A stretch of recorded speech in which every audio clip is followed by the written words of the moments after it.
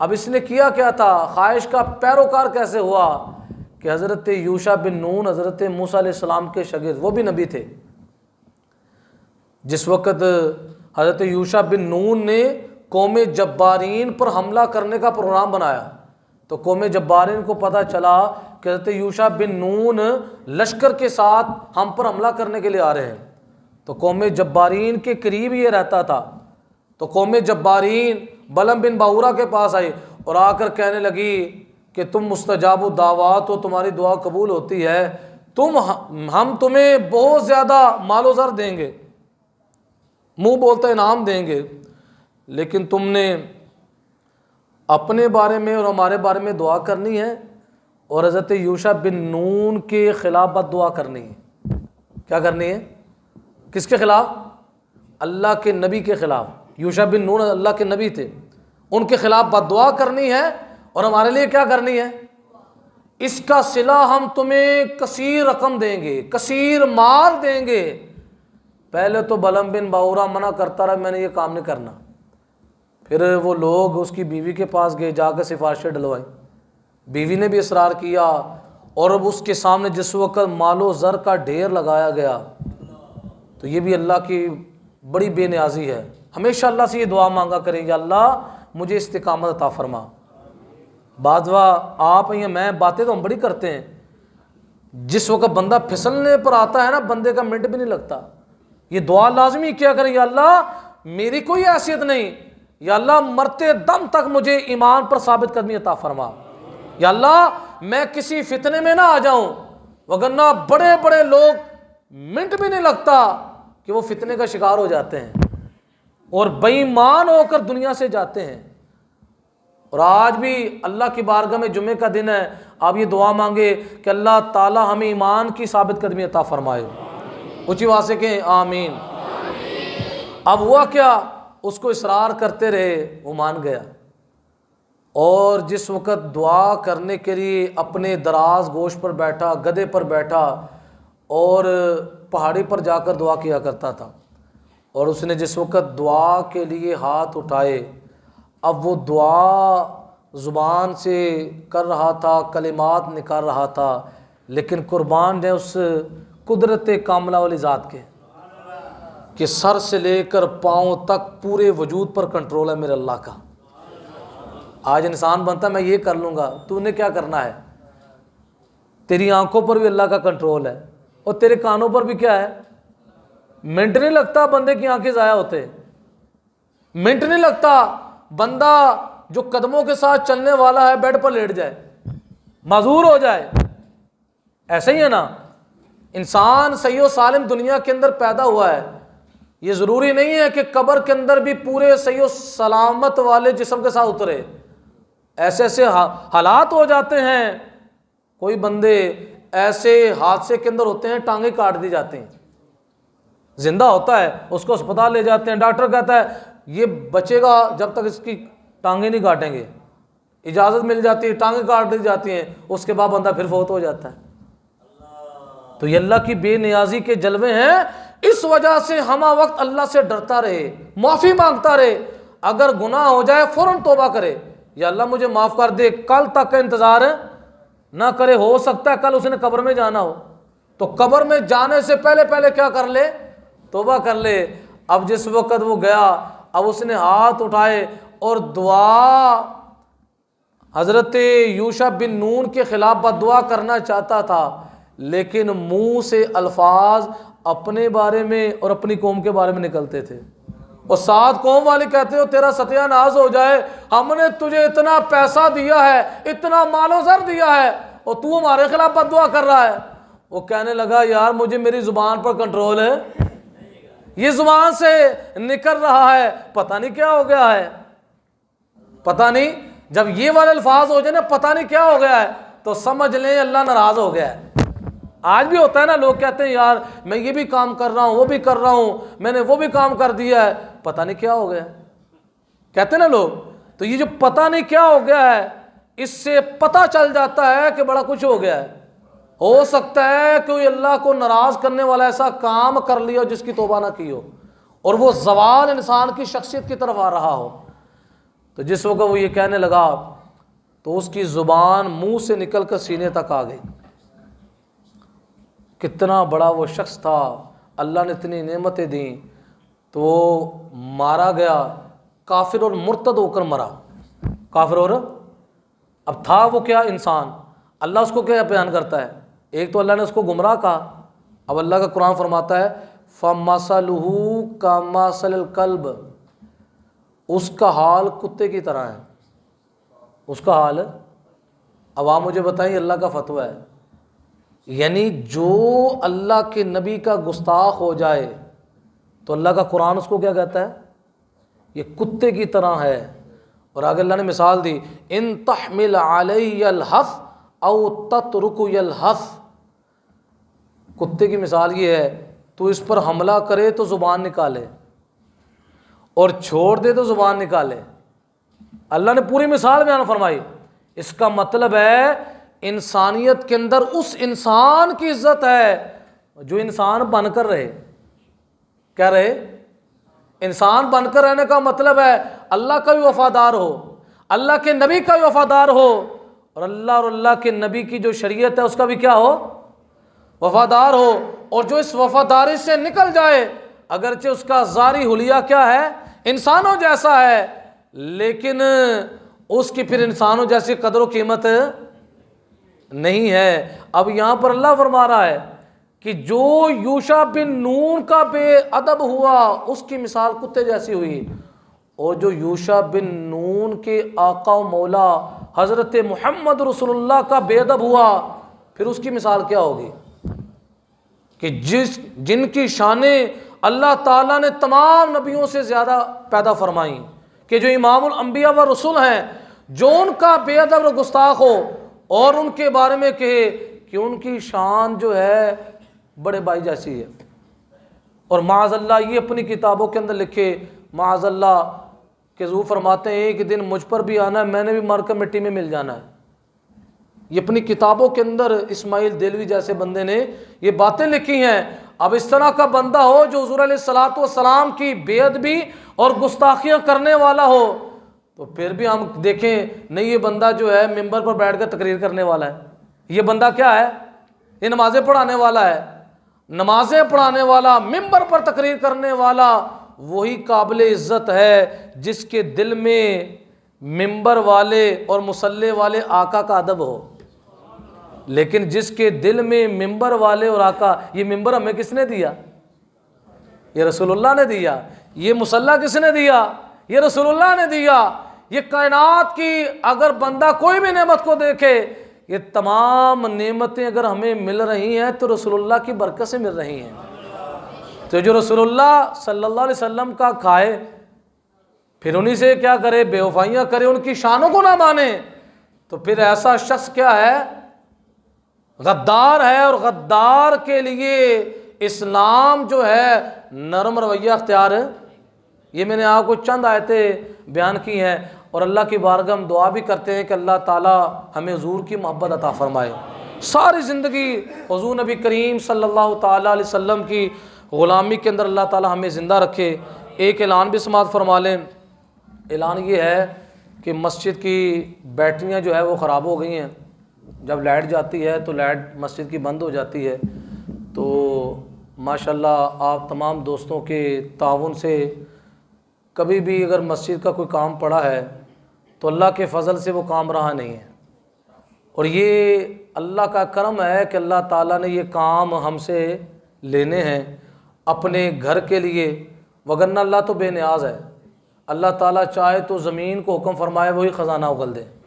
تو یہ تقریباً 2 بیٹریاں مدرسے اپنا 2 بیٹریاں مسجد کی ہیں. اٹھے ماشاءاللہ اللہ کا نام لے کر کوئی بات نہیں. اللہ تعالیٰ آپ کی کمائیوں کے اندر رزق کے اندر برکت عطا فرمائے گا. یہ تقریباً 2 اوپر مدرسہ ہے اس کی بیٹریاں ہمیں چاہیے، اور 2 جو ہے مسجد کی 4 بیٹریاں ہیں، کیونکہ یہ مدرسہ بھی مسجد کے ساتھ ملک ہے. اور کوشش یہ کریں اپنے مدارس کو اور اپنی مسجدوں کو مضبوط کریں. اب بعض دفعہ یہ ہوتا ہے محفل میلاد کروانا بھی ثواب ہے، بے شک ثواب